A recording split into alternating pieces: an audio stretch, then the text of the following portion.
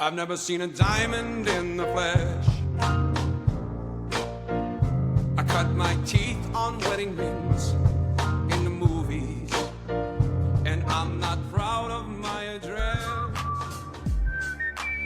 We're not just building muscle, we're building men. In the quiet hours, in the unfiltered moments, in the conversations that happen before the world wakes up. This is The Gloom, where brotherhood forms in the dark so we can lead in the light, where vulnerability is strength and leadership is handed from man to man, one story at a time. Our mission is to empower, exhort, and inspire men to achieve their best selves through stories of reinvigorated male community leadership. We bring you weekly interviews with F3 Omaha packs, ordinary men doing extraordinary things in fitness, fellowship, faith, and leadership, because we believe that every man has a story, and reinvigoration starts when that story is shared. This is The Glue in the Gloom. Are you or someone you know in the market to buy a new home? Well, if so, check out Major Team Mortgage. They specialize in home purchase and refinance home loans. Their mission is to purposely empower people to experience their good life through building wealth with real estate. You know, showing up in the gloom is no different than showing up for a conversation around your future of building wealth with real estate. Join the action economy and get in the game with Sasquatch. Text or call John at 402-212-0149 to schedule a time today. Individual NMLS number 1393750. Company NMLS number 2478164. Equal housing lender. Yeah. In 5, 4. And we're live. We're back here at the Nomad with the Gloom. This is your co-host Gator here with Plague, and we are we're sitting here with Bambi, who is the outgoing site Q there at the Village. He's gonna regale us with stories about Q-Source and workouts, and we're excited that you're here. Thanks for coming on the show, man. And we'll start off by just tell us about that first workout. Tell us where it was, if you remember who cued, and how you got your name, and what your fitness level was like at the time, and what you thought about that first workout. Oh, yeah. Yeah, thanks for having me, guys. Yeah. You're listening. Thanks for listening. So my first workout would have been at Wild Kingdom. I believe it was in fall of 21. And I was EH'd by Bob Ross, if you guys ever met him. But I always go back. I also give credit to LPC. Okay. LPC, I've known him since college, great buddy. And he told me about F3 months prior, probably 6 months at least minimum prior to me actually coming out to the Gloom. It just took those 6 months for me to like finally get over myself and like cross that barrier of like, hey, I need to do something. I need to change something. And Bob Ross was kind of there to be the one at the workout and kind of drag me out and go. It was at Wild Kingdom. I believe, I think Mufasa was on the queue. Oh, wow. I'm fairly positive. Sorry about that. I know. and I was like, man, this guy, wow, this is something else. Burpees, huh? How many burpees are we going to do? No, the workout wasn't bad. Like I remember, we've all worked out at Wild Kingdom. Oftentimes you're in the grass, you're getting dirty. And I loved every second of it. Oh. That's what it was. Like it was tall grass. We were running up some hills. At the time, my fitness level was pretty good because I've always stayed in fairly decent shape. At the end of it, I remember being extremely nervous because I had to get in. I think there's probably 17 to 19 guys there. And, at the time, I'm going through the workout. Everything's good. I felt good. And then when you had to get out there and tell them about yourself, I'm like, what stories do I got to tell? What do they want to hear? And I think the first thing I said where I was from, and then somebody immediately was like, hey, what's your hobbies? And all I said was, I'm like, I like to hunt. And before I could get anything out of my mouth, I think it was Mufasa, and he's like, Bambi.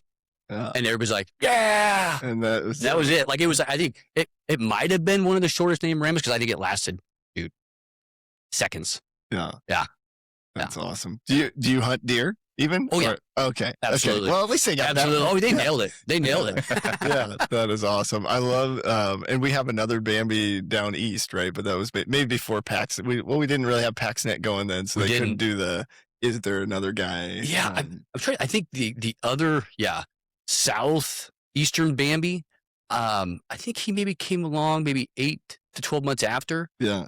But great dude. Shout out to the other Bambi. Yeah. But it was so great that even when he got the name, he shot me a text and he's like, "Hey, you okay with this?" I'm like, "Hey, no, hey, if they named you Bambi, clearly there's a reason." I'm like, "No, man, this is great. Keep it." Oh, that's awesome. Yeah, shout out to him. That is awesome. It's funny. We do have some guys with duplicate names, but they don't post, like, so a lot of times the guy that got the name first doesn't post anymore or whatever, and then we've reused. But talk us through that. I would be curious, that 6-month sort of EH period, like any details in there, like when you say I had to get over myself, or what did you go through? Absolutely. Yeah, it's a great question. So I've always been the kind of guy, I keep very few friends, and I'll keep most of my private life pretty close to the chest. You're going to have to get really tight within my trust tree for me to really open up to you. And for me, the thought of opening up and to go and work out with a bunch of dudes I didn't know, like, it just wasn't within the realm for me, I don't think, comfortably to do it. Mm-hmm. And yeah, it took like 6 months for me to convince myself, and Bob Ross was on my case a little bit too, to finally get maybe the confidence to come out. And, and I don't think it wasn't a lack of confidence from a fitness standpoint. Right. I felt like I had that. I think it was the confidence of putting myself out there. I wasn't sure what to expect. That that unknown of like going out at 5:15 to work out with a bunch of dudes I don't know. Yeah. Like, what are they going to do? Am I getting an apple in the mouth? What's going to happen? Yeah, for sure. Where do you think that comes from? Because what's interesting, like hearing you say that is just sort of, I'm like, because you come off like you are a confident guy and you're outgoing and I think you work in sales, right? And so then you're in sales for 22 years. Yeah. So like, talk me through that. Interesting. I'm probably more of an introvert. Okay. Which you would think doesn't fit for sales. But I think it does, because I tend to be a pretty good listener. Tend to not try to talk a whole lot unless I feel like it's important. For me, I think confidence is something that I've had to always build. Yeah. I've always played sports in high school, played football in college. You would think there would be some sort of natural confidence there. For me, it's not. Like, confidence for me is something I've always had to build, whether it's through making myself feel uncomfortable and coming out to F3, or whatever it is, if it's work related or something more personal, some sort of a long race or whatever it is. I just feel like I have to push myself to build that confidence, to tell myself that, man, you can pretty much do anything. Yeah. That makes sense. Yeah. Now, when you're explaining that to us, what I think is interesting about it is, there's the overcoming the aspect of going, with a group of guys that you don't know, and then you find out about the COT at the end of these workouts, and you hear guys start to share. And your comment really resonated with me, because I remember hearing guys sharing workouts and think, I'm not going to share, personal stuff about what's going on in my life, and then hearing other guys do it really forced me to sort of challenge that perspective that I had. And now, I mean, I'm as open as Barbara Walters, on the, when I'm in my COT. And so I'm curious what that was like for you when the thought process leading up to your VQ and what you wanted to say in your COT. You gave a lights out COT at the Flag Pass. I remember that one for a long time. And so I know it's something that you're very good at. And so tell us about what COTs have meant to you. Boy, you hit the nail on the head. The COTs have been part of the glue that has kept me wanting F3. The COTs and the camaraderie, right? the workout stuff, I love it. Yeah. That's not what always gets me out of bed to come out. Yeah. You know, my first COT, I believe it would have been about my dad. So my dad passed, I think 5 years ago, from cancer. And my COT was around his upbringing. And, I'll give you the Cliff Notes version, but he grew up in a very poor community in Michigan and very poor family. And he was making a lot of bad decisions. And a majority of his family, jail, a lot of bad decisions. And when he was 22, I believe, he got into some trouble, decided this is not the life I want. Didn't say anything to anybody, packed up all of his stuff and just started driving. Ended up in Shelton, Nebraska. If anybody knows where that's at, it's, South Central Nebraska, a town of maybe 600. He stopped there for lunch, met the owner of the bar in Shelton, Nebraska. They hit it off. And he's like, hey, if you need a place to stay, you're welcome to stay. If you want to work, catch some hours here at the bar, you're more than welcome. We went, stayed at this house, which is off the Minden exit. If anybody knows where Minden, Nebraska is. And this house that he ended up staying in, which he ended up staying for, say, 6-7 years, was across the road from my grandpa and grandma. So obviously my mom, right? So Wow. that's how it all comes together, right? Wow. And so he ends up marrying my mom, and the rest is history, right? But I think it's a fantastic story because it's a story of courage. Oh. That, there's somebody that didn't have anything going for him, and to have the fearlessness to just say, see you, family, this isn't the life I want. I'm out of here to make a better life. And that was part of my COT because it resonates even with me now of I need to put myself into these uncomfortable situations and put myself out there, right? And to correlate back to what you're saying about being Barbara Walters and kind of sharing everything, like that's kind of how that's what F3 has helped me with so much, that I'm willing to do something like this. Yeah. To open myself up to everybody, right? Yeah. That's what it's helped me do. Yeah, you That's nailed great. it. That's Yeah. great. I think there's so much power because you're a guy that like other guys want to be like, right? And I don't know if that you know that, but I do. Like anytime I'm like, oh yeah, Bambi, I know, and everybody's like, such a great guy, salt of the earth, right? That's like, but to hear you say, even a guy that's perceived the way we perceive you, maybe has some struggles with confidence, is this amazing thing, right? That gives you strength because you can share and get a bunch of support, but also gives another guy that's looking at you like, well, wait a minute, we're similar in some of these things, 100%. Absolutely.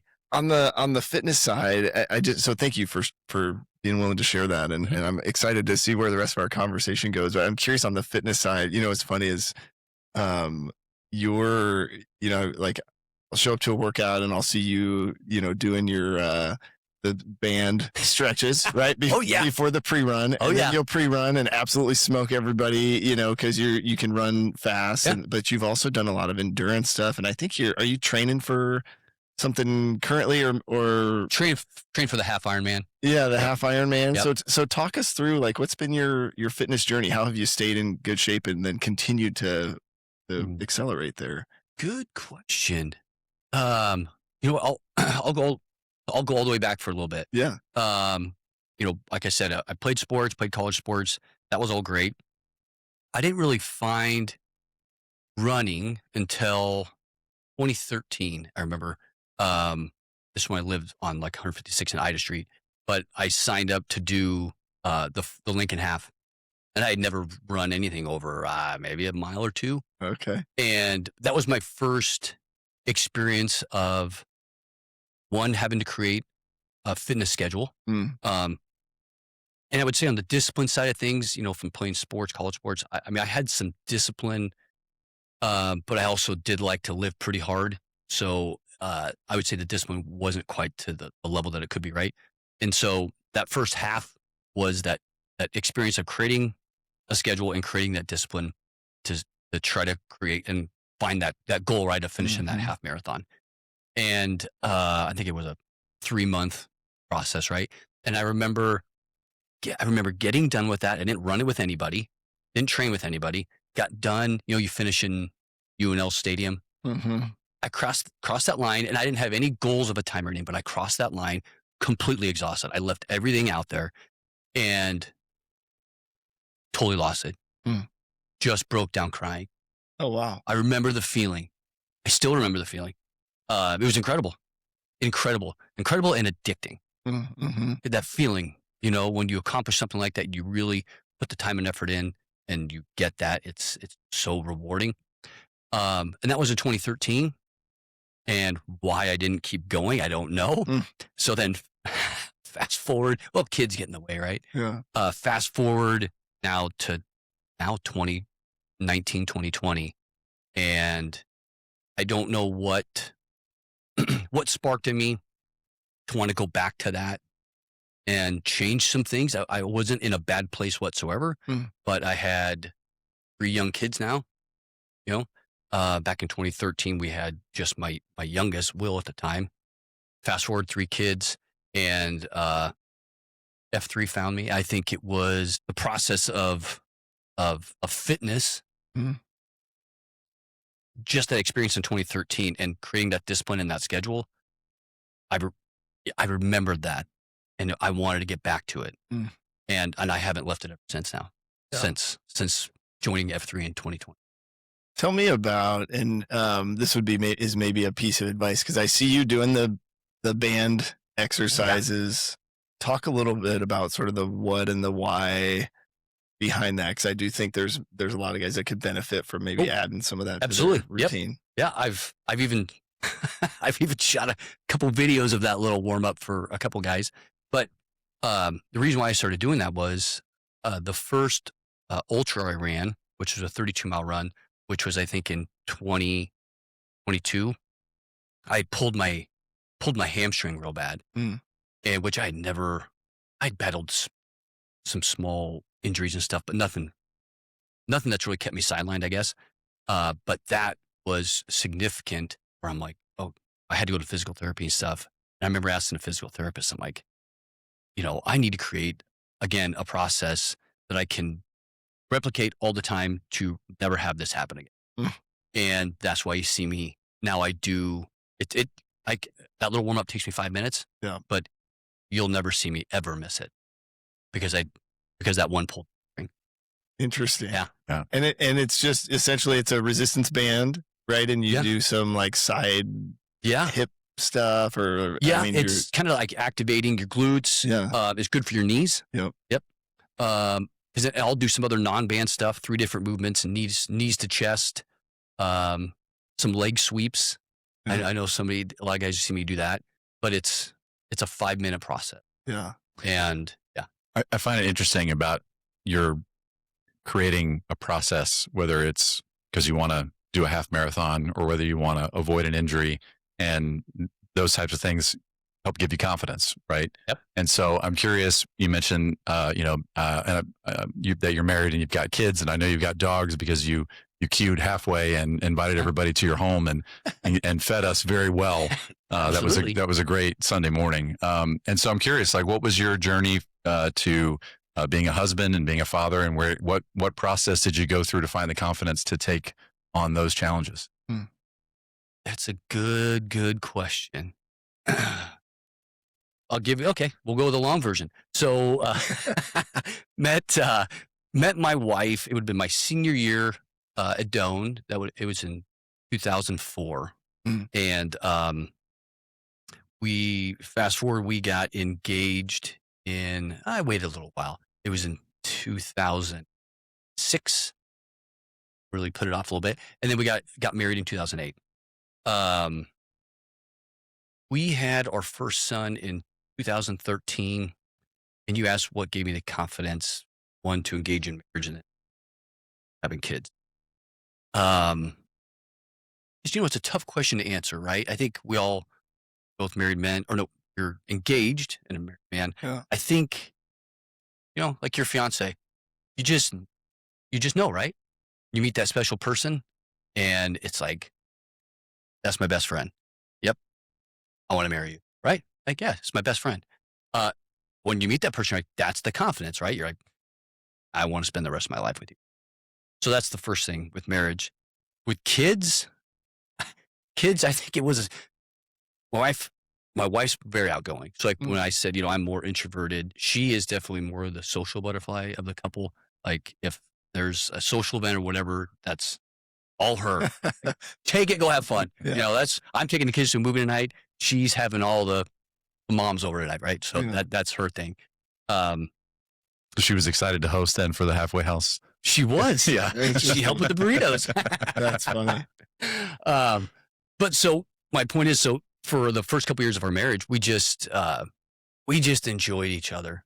We did not have kids right away. We enjoyed each other's company, loved on each other, had a phenomenal time, hung with friends. But again, I think we kind of reached that point where we wanted more. Mm-hmm. And that's when we're like, we were ready to start having kids, and we were both in a good spot in our lives.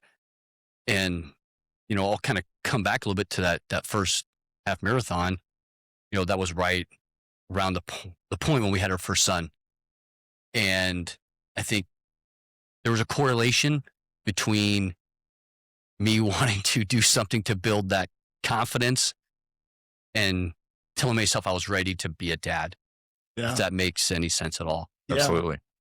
Yeah, it's interesting, right? Because they say like your wife is like growing this human in her and sort of is bonding for that 9 months that baby is growing. But as dads, we are like, we have no clue, right? Especially that first one. And I know like for me that, it's like having that first kid was the thing that like really threw me into a dark sort of path because I wasn't ready. I didn't have good role models, and I wasn't ready basically to stop being the center of attention, right? And so then you insert the kid, and if you're not ready, so that makes a ton of sense to me. I would be curious. Remind us how many kids you have, and what are their ages? So Will, 14, just turned 14, 12, and 9. Okay. Will, Jack, and Grace. Okay. How has it been being a dad, trying to teach them like how to be confident? What's that been like? Yeah. I think it's a challenge. Yeah. It really is, because even as dads, as parents, we are not perfect. I'm not perfect. I have my moments of weakness. Yeah. Whether it's I'm crabby because I'm tired because I got up at 4:15 to go run. But Yeah. we're not always perfect as parents. Yeah. And for myself, I think that's been a growing process for me over the years as a dad, to be able to recognize that it's okay to apologize to my kids if I don't do something. If I don't operate in a manner which I feel like is respectful of them, then it's okay to apologize to them and let them know that, what, your dad's not perfect. And I think it helps show them that, you're not perfect, but we can strive. We can strive to be better. Yeah. The way I try to lead with my family is by example. I try not to be the grandstanding dad that gives the long speech. I try to put in a book of work that I hope that they're paying attention, that maybe they can see and appreciate. Yeah. Yeah. I love that. I've tried both. I've tried to be the long speech dad, and I'm shocked. It's not fitting with my personality at all to do that. But I do think like you said, I like how you said that, a book of work that sort of serves as the example, because I notice as I'm doing more of that and realizing there is nothing I can say to change, really anything. Like I can't change what they do or, some of the decisions they make. And so I think just realizing that the example and of the actions and disciplines that we have is huge. Yep. I would be curious, it's funny. Honestly, the last thing I thought we'd be focusing on, talking with you today is confidence. Cause that was such a surprise to me that you started there, but, talk me through then like this process. So the first workout with all these guys, bunch of random dudes, right? Yeah. And then, but now I feel like you're well connected. You've got all sorts of relationships that you've built. Yeah. You led a site with QSource, like, Yep. which is not easy to do. Like, what was that process like to kind of keep building the confidence to develop relationships? It was, yeah, you're exactly right. It was like what we mentioned, like you said earlier, of, it helped you open up, and that's what it did. It helped me open up. So like, QSource. Yeah. Again, it's always a process, right? So when Lincoln Log asked me to take over the flag at the village, at that point, I think that was 2.5 years, close to 3 years with F3. Like, I was 100% ready. I was just like waiting. I'm like, is anybody going to ask? Like, I want a flag. Yeah. Uh-huh. I was like, I was the easy date. I didn't have to think about it. Yeah. But at the time, Lincoln Log he had QSource there. Yeah. That was another aspect of something that taking over a flag was an easy thing for me, because I was really ready for that. I'd been watching a lot of awesome guys who were phenomenal leaders, and I was like, I want to do that. I think I can be that guy. I want to be that guy. Mm-hmm. Now go fast. Now also taking over a site that maybe you might have to do QSource. Well, okay, that's new for me. I have to put myself out there again in a different way, and talk about more things about myself. Originally, it was not a QSource site. I decided, because I was a little wuss to start, that I didn't want to do QSource. And I think Plague, you actually text me, you and T-Ball, and it might have been 2 months maybe after I had the flag, and you guys were awesome. You guys were, hey, would you be open to wanting to start QSource? Yeah. And I felt like I just needed that question. I don't know why, but I felt like I needed that question to be like, okay, yeah, okay, I need to do this. I want to do this. Yeah. And for anybody out there that either hasn't been to a QSource site, or if you have not led a QSource, and I'll touch on that topic, gosh, I highly encourage you. QSource, that year of doing that was so rewarding. The conversations, the things I learned from other awesome guys. I mean, so many guys I can think of that said things that are still in my brain that I'll always remember. Yeah. But yeah, starting QSource and doing that was one of the best decisions I think I could have made. Listening to you talk about all of the things in your life, you've been in sales for 22 years, been successful with that. You're a husband and a father to 3 kids. I know you got great dogs. And you're an active guy, and you've got, a lot on your plate. And one of the things in QSource is what do we do with all that? How do we prioritize? And it talks about the concentrica.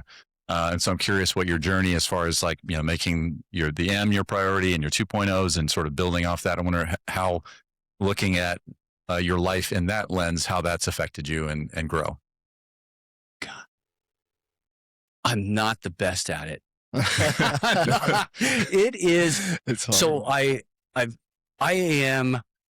said this at a QSource a couple weeks ago. One of my flaws is I am Mr. Commit. Like, I won't take a lot of time. If it's something I think that is worthwhile and valuable to do, I won't put a lot of thought into it. I'll be like, yep, let's go. And like, if I commit, like, you got my word, I'm in no matter what, unless I can't walk or something's wrong. So in doing that, Yeah. we have 24 hours in a day. And that is a challenge of, I'll give you an example. Like, so we got the half Ironman coming up, and both my boys are in competitive baseball. So the last month and a half, the level of training that I would like to have been able to put in, it just hasn't been there. And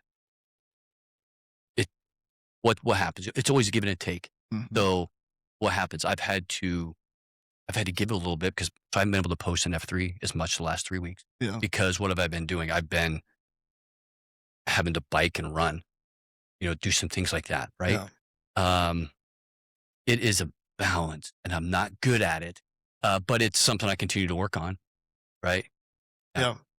Yeah. It's interesting. You think of I was just having this conversation with Dread and Dark Helmet, right? That we have, arrows, time, energy, attention, all that sort of stuff. And even when we're trying to aim at that center target, you don't always hit it, and Yes. I think, the the Ironman is interesting, right? Because I think a couple other guys are training for that. I think I talked to Grills and KOA, a bunch of guys, right? But it's like Grills was doing a training the other day. So you're having like, what's an example of like a recent training that you've done, like biking 30 miles and running? Yep. Basically that. Like this morning, I got my first open water swim in this morning. Oh wow! The Ironman's next Sunday. Oh, okay. No worries. Yeah, you'll be fine. Yeah, you'll be fine. Yeah, those wetsuits are buoyant. Yeah. No life vest needed. Yeah, right. Yeah, right. No, that's what it is. Yeah, like this morning, went out, did an open water swim, a very short bike, and a short run. Okay. The cardio's there. Yeah. You know, you just gotta trust it. Yeah. You know, that's be fine. all it is. Yeah. I love it. Thinking about other things, so kind of on that fellowship topic. So Q source, I think you mentioned, right? That's a really good way. Mm-hmm. What else did you find in F3? Like, I'm curious if I feel like pre-running is something that you've done, but what did you go to like second F events or poker nights or cigar nights, any of that sort of stuff, or what's that been like? I haven't. I would say if there's something that I haven't partaken in a whole lot of it is some of the second F stuff. And it's that balance of time, Mm-hmm. right? Am I going with the kids or I'm going to go to this or whatever? For me, it has like the pre-runs, things like that. And the coffee time. I think for myself, that's where I've been able to build some of the relationships with so many guys. What's better than like going out, just a nice chill 3 miles and I feel like I have the most open conversations over a quick 3 to 5 mile run. Yeah. Right? Because like both, especially if you're pushing the pace a little bit, you're both in a little bit of pain, Yeah. a little uncomfortable, Yep. and you're totally ready to be a little bit vulnerable and talk about whatever's on your mind. Yeah. Yeah. So I would say the pre-running and the coffee time for me. Love it. Yeah. It's funny, some of the things that you talk about on a run and you're sort of like, we would have never had that conversation if we were just sitting, I notice that all the time. Yeah. Yeah. It's funny. Liberty Core Real Estate is your homegrown real estate broker. If you're looking to buy or sell real estate, whether personal or investment, Armando, aka Brian, and Megan Michaels' company is ready to serve you. With Command Center in Old Town Elkhorn and agents all throughout the metro, they are more than ready to guide and serve you in your next real estate endeavor. Whether your next move needs to happen now or in 5 years, call or text Armando at 402-770-2165 to get your questions answered. And a special offer for F3 Nation PAX members, Liberty Core will donate $250 to your sponsor of choosing for every closed transaction. Stop looking, start finding today with Liberty Core Real Estate. What would also be curious as you think about, so fitness, fellowship, faith, kind of that third F piece. Would love to hear like what your journey's been like. So maybe, take us back, like growing up, was faith part of your life growing up? And then where are you at today with that? Yeah. Oh yeah, absolutely. So faith was, we were the family in small town Kennesaw, Nebraska. We sat in the third pew, which was the very front pew, and it was always a part of our life. And I would say in between the era of college and beginning of my professional career, unfortunately, I would say I probably put faith as a backseat. Yeah. And I was the type of mindset individual where I was like, since I was in sales and it was a full commission job, I'm like, I'm going to work. All I'm going to do is work. And it was a fun time. It was not a rewarding or fulfilling time, but that's what it was. And faith took a back seat. Let's fast forward now, family and, the type of things that we as dads want to instill in our kids. Faith is definitely a big part of our family. Even my wife has a fantastic, so she was raised, I'm Catholic. She was raised Lutheran. Doesn't matter what religion you are, but, we've always went to Catholic mass and, never been something I've ever brought up my wife about anything, converting or whatever. I just like the fact that we do still all go together, right, to mass. Yeah. But recently she has made the choice to come over to Catholic so that she can receive communion together, and just share more in the faith together. And and I've told my wife that, but it's such a such an amazing feeling. Not that it matters either way. I don't love her any more or less, but it's just like the idea that we get to share communion together and get to share in the same thing together, faith-wise. It's amazing. Yeah. Yeah. You know, it's so cool too to just hear, like, hearing the story about your dad, and then at some point, right, he decided, not only do I want a different life and I'm going to move somewhere, but that became part of that. Do you, like, I guess growing up as a kid, was it always part, or was it something that he was sort of like progressively as you got older, he was more involved in? Just curious as he was. On the faith side, Yeah. you know, for him, I don't know. I know he was in his family, like they did practice faith. Mhm. They certainly weren't living it, right? You know, It was just a Sunday thing. it was like a Sunday thing. Yeah. You know, they weren't living it. And I think my dad was the kind of guy, like we have a lot of pictures of him where you could tell he was always in his own head thinking about things. Hmm. He was a big reader as well. And I think that the faith side, I think he saw, I'm the youngest of 4. I Okay. have 2 older brothers and an older sister. And I think that, I think he just saw the path. He already did one thing of accomplishing this, moving away from the family and creating this new life. Now he has this new family. I think maybe him and I shared similar, I think he had the goal of making himself better and he wanted his family to be better. Mm. And I think he recognized that the faith side of it was something that was needed to be a part of the family. Mhm. And I wish I knew that. I don't know how or when that became part of it. I don't. Yeah. Yeah. It's cool. I was just talking with somebody at coffee the other morning about, some of these stories that we get guys to share now, right? Like your kids will be able to listen, to Oh, yeah. this. And, just as you think about that, I would be curious, like, how has it been trying to like bring faith into your family and having those conversations? Because I know as my kids get older, the questions start to get more difficult, and they're like, why are we going here every Sunday? And how have you handled Well, that? They fight it. They're Yeah. kids. Yeah. It's a balance because it was a part of our faith or part of our life for me growing up. I wouldn't say it was forced on me, but it was like, hey, you're getting up, you're going to church, or like the belt's coming, Yeah. right? Like good or bad, I don't know. Yeah. But I don't quite take that approach with my kids. I want God to be as much of a part of their life as they're willing to be open to it. It's not something we force onto them. Mhm. It is something that I talk about fairly often in the household. Yeah. We pray at every meal. I think, again, I'll go back to how I tend to try to lead, which is lead by example. Yeah.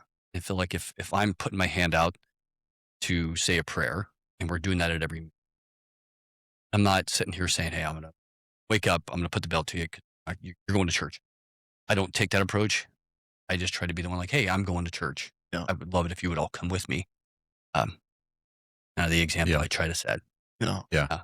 I'm curious because you mentioned, not getting the belt. How did you find a successor at the village? Did you have to get the belt out to get somebody to take your place? About it. Listen up. Come on, fellas. Yeah. What was that like, the journey to find somebody to take your spot? Yeah.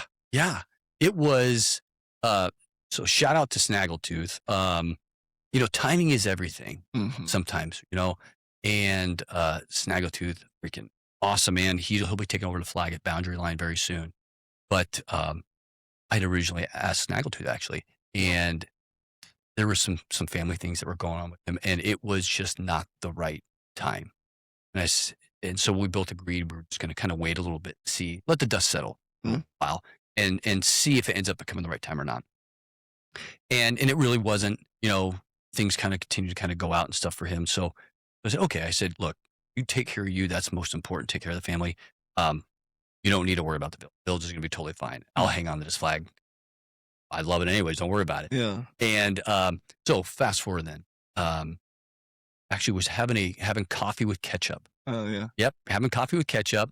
And he brought it up. He's like, how's the search coming? And I said, well, this is kind of what has transpired. And so I'm kind of just holding on to it, doesn't need to go anywhere. And so he brought up, he's like, man, you need to reach out to this guy Baptize. Like, got it going on. You need to talk to him. I said, okay, awesome. And I think a couple of days later, I shot him a text. Like, hey, I'm Bambi. We hadn't even met. I was like, hey, man. Wow. Yeah, could we have coffee? And that was our first meeting. We went and had coffee. And immediately, if we've all met Baptize, freaking stud. Yeah. Stud. Yep. Yeah, it was a no-brainer. So we had coffee. I didn't ask him there. I wanted to play hard to get a little bit. Yeah. So An easy day. Yeah. I don't want to be was too easy earlier. Right. Yeah. Yeah, you learn. Yeah. So didn't ask him there. So we I think we ended up we had a beat down together after that, which was at the Village. Then we went to lunch, I believe, after that. And then I asked him. And he was ecstatic. He didn't say yes right away. Now his wife also does FIA. So and she was going to be taking a flag, and Baptize has young kids. So it was one of those situations you had to do some game planning there. Yeah, right? let's make sure we're not both Tuesday sight cues. Right? Yeah. Not a good idea. So he got that cleared with his M, and I think it was that later that afternoon after I had asked him, he's like, yeah, stoked. Let's do this. Yeah. I love that guy. Yeah. It's funny during the bracket challenge, he became sort of on a text thread. He became sort of the Southwest mole. That was, it was so great. And then anyway, he showed up at Beacon Valley one day. I remember Speed Bump giving him a hard time of, who's the mole, and trying to, scope out the other AOs. Oh, yeah. And, but that was so much fun. One of the questions I had is I was thinking about your faith story, because that's pretty common, right? We hear a lot of guys that grew up in the faith, went to college, maybe drifted away, but coming back to it is often like the challenge, right? Some guys sort of stay in a space where they're maybe not developing in that area, or they are, but just in different ways. But what was that process like for you? Like, what would you like if a guy's like, I know I need to get back into that, I'm not interested in prioritizing it, but like, how did you go about sort of reigniting that? It took a while. Yeah. Because that's what it was. It's no different than creating a routine for some sort of workout or whatever, really, because if you want faith to be in your life, and to what capacity do you want it to be in your life? It's really, in my opinion, at least for me, how I have to approach it. I have to approach it like any other discipline for me. Yeah. Because if I get out of a routine, like most of us do, it's a challenge to get back into it. Right. If I stay up late on a Friday or something like that, well, am I going to make it to mass on Saturday evening, or if I stay up late on a Saturday, am I going to make it to mass Sunday morning? Like, well, no. Okay. Actually, you know what? I may not have those beers on Saturday, so I can make sure I get my butt up for mass on Sunday morning. Right. Yeah. It's no different than any other discipline, at least for me. Yeah. And it took a while. Like, I made it to mass maybe once a month to begin with. Yeah. It took a while. It really did. Mm-hmm. Like any other thing that you're trying to change. Yeah. Yeah. It took a while. I love that. I appreciate that comment, because I do think we forget to like keep practicing, like sort of the practice of fitness and the practice of fellowship and practice of faith. Like, none of these things are plateaus that you just reach and then stay, and like continuing to do that. Because I even some of my own habits that I used to be really, really good at, I've sort of like slipped away, and I'm like, why don't I do that anymore? Well, because I stopped practicing that. Yes. Oh gosh, all the time. Yeah, it's wild. I am curious, so one of the other things, when I think about you, I think about just a phenomenal leader, right? You have led really well within F3. You're a leader in your family. You've got a couple different businesses that you lead.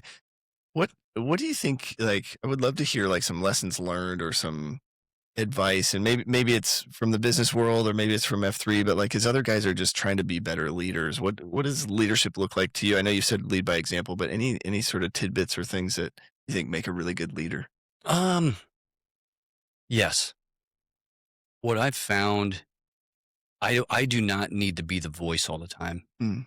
Um, it's okay to let other people have the voice. If that helps them be a better leader, maybe I'm the one that's on the forefront of it. If I can let them have the voice and that helps them be a better leader, then I'm very comfortable with that. Yeah. And I think that that's a proper way to lead, because what happens then, if you give that person a voice, that's going to give them more confidence, right? And I think I'm giving myself confidence by being confident with myself to know that individual knows what they're doing. Mm. Does that make any sense? Yeah, absolutely. I think it's in line with kind of what you mentioned about, you're an introvert, but you consider yourself to be a really good listener. And when people understand that you're investing your time with them by listening and giving back to them, the feedback from what they're saying, and just kind of letting them reach those conclusions on their own instead of, maybe, a long worded lecture, which, I know Plague and I we long worded lecture each other all the time. So, but yeah, no, I think that makes sense. And I'm curious, how did you find that value of listening as a leadership tool? Where do you think that comes from? I don't know. Maybe years in sales. I'm not sure. I do think, go back to the confidence thing, but I do think that to lead in that manner, you do have to have a level of confidence in yourself to allow somebody else to have that voice and kind of take that leadership role.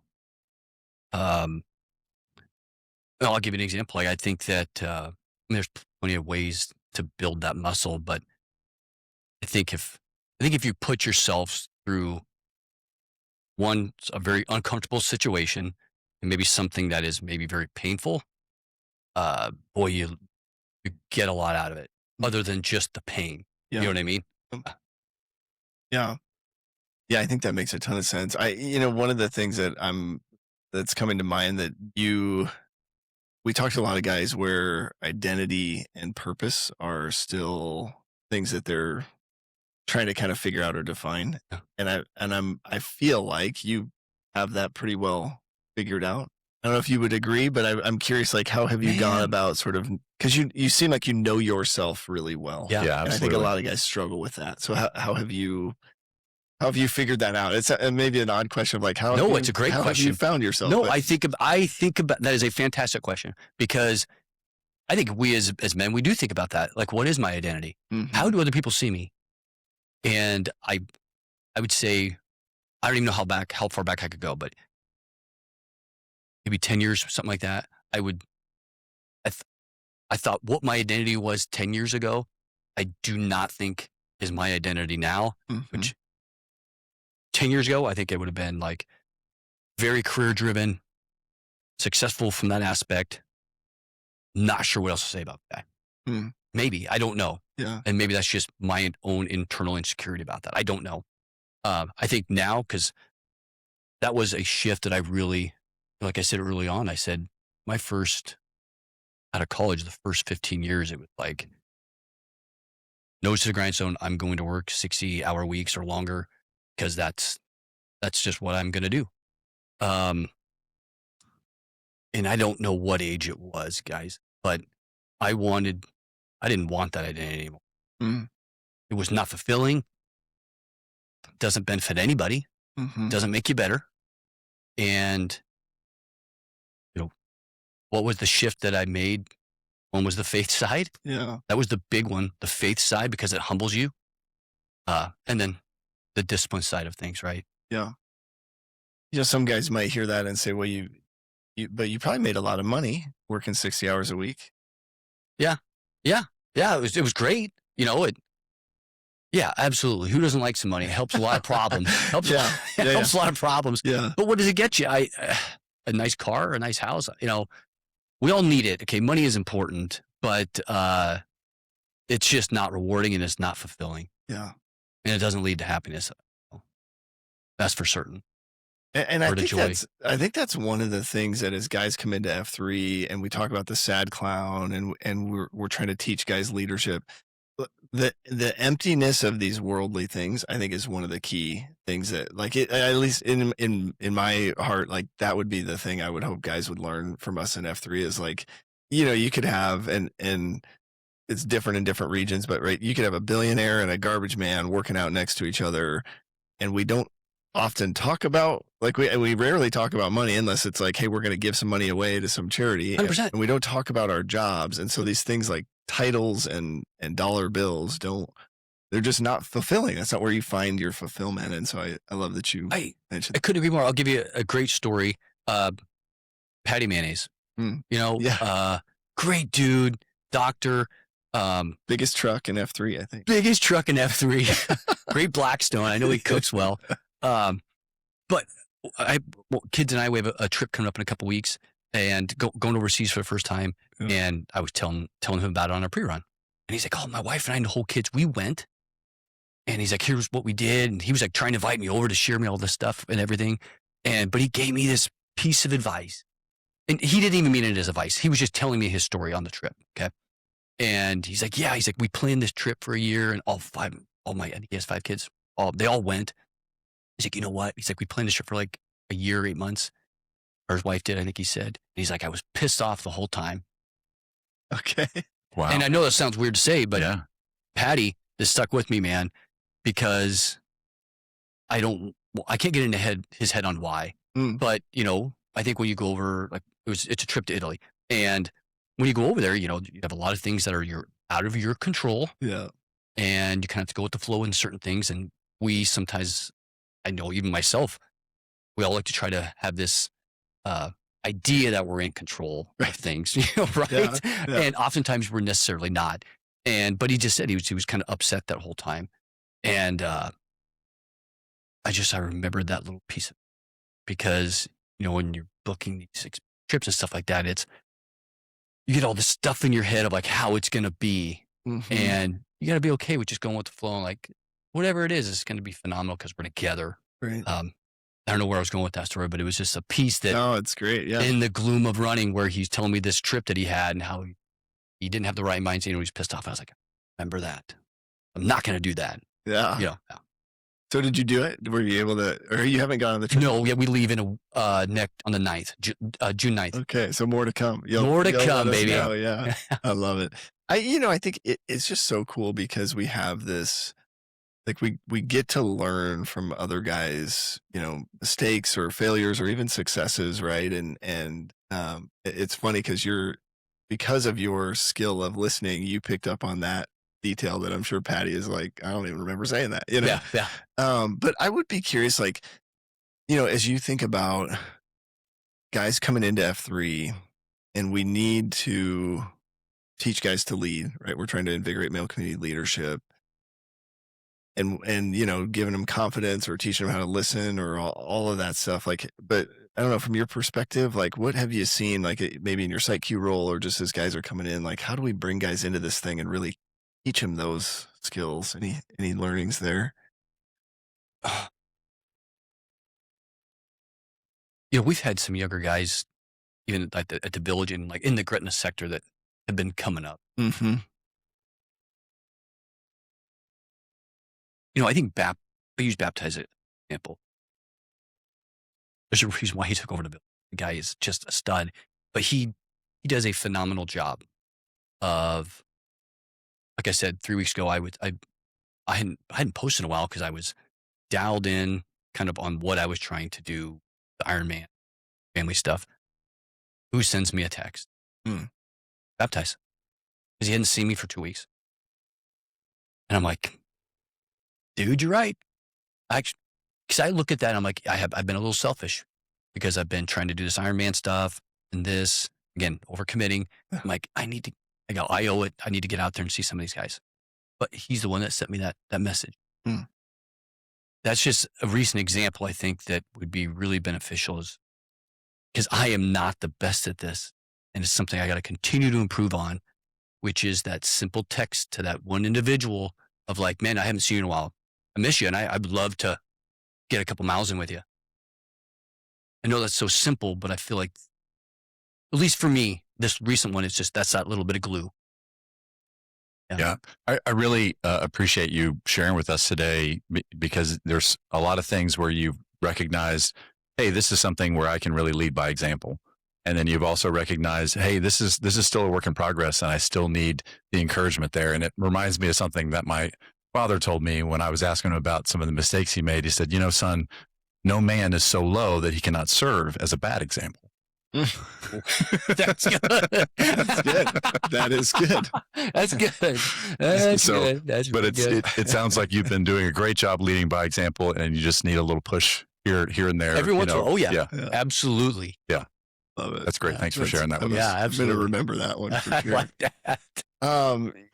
And again, just I think as we're kind of coming to a close, and I want to get your thoughts on where you need support currently, but I can't thank you enough for just like telling your story and just from the gate, right? Just starting with just this really humble, vulnerable openness of like, where you struggle. Cause I do think guys, we learn so much from each other when we get to that Absolutely. point and we share Oh, that. yeah. So I appreciate you being willing to share, and hopefully maybe even this experience has given you some confidence that you can share and Man, this be has been impactful. great. But talk us through, like, when you think about current state, you've got the triathlon coming up, you're going to, flying overseas with a family. Like, I'm thinking we pray for all those things, but where do you need support, encouragement, prayers? Gosh. I can't really answer that. I don't. Not to say I don't. Prayers for continued joy, I guess. Yeah. I feel like I'm in a good state. Yeah. Prayers for continued joy. Yeah. That's it. Yeah. I should have asked this before, but how do you maintain that state of joy? Because I don't know that I've ever shown up and seen you out there in the gloom and experienced, bad Bambi, or Yeah. I don't know what Yeah. that sounds like. It may be a different, That sounded weird. but Yeah. no, like I've never experienced you without a smile on. I don't know. Yeah, you seem like you carry the cure for sad clown in your pocket. Yeah. Yeah. I don't know. Yeah. I tell you what, reflection is something I do a lot of. Okay. And so if I had to, if there's anything, if my kids were sitting here right now, I know exactly what they would say. Because for me, I always say like, how you choose, how you want to act is 100% a choice. Mm-hmm. I can be tired. I could whatever. And that is a change I made years ago. And I don't know what I heard it on, but how I interact with people is a choice, and all because I'm tired, having a bad day, pissed off. It shouldn't matter, because how I choose to engage with you or the situation, that's all on me. And I approach everything. Nice. Yeah. I love it. Well, that's solid advice, and we'll keep praying that you have that continued keep ability to trying. do that. I love it. Well, again, thank you for your time today. We'll do a little Namo to wrap us up here. I'll start us off. Brandon Fleehardy, 40, The Plague. The plague. Plague. Mike Duffy, 43, Gator. Gator chomp. Phillip Daly, 44, Bambi. Bambi. And do guys do the shotgun Every once in a while. every once in a while? Yeah. I guess We need to get 12 gauge back. gauge. Yeah. Yeah. When he's standing next to you, it's really fun in the Classic. Panorama. Yeah. Yeah. But do you have a call sign just with Bambi? Is it No. anybody do any callback or anything? No. Not yet. No. Okay. We could come up with something. Although I don't know what sound a deer makes, so I don't. Yeah, I'm not going to try it. Yeah, that might be why, right? Might be why. Well, I appreciate you, brother. This is Thanks, great. guys. Thanks.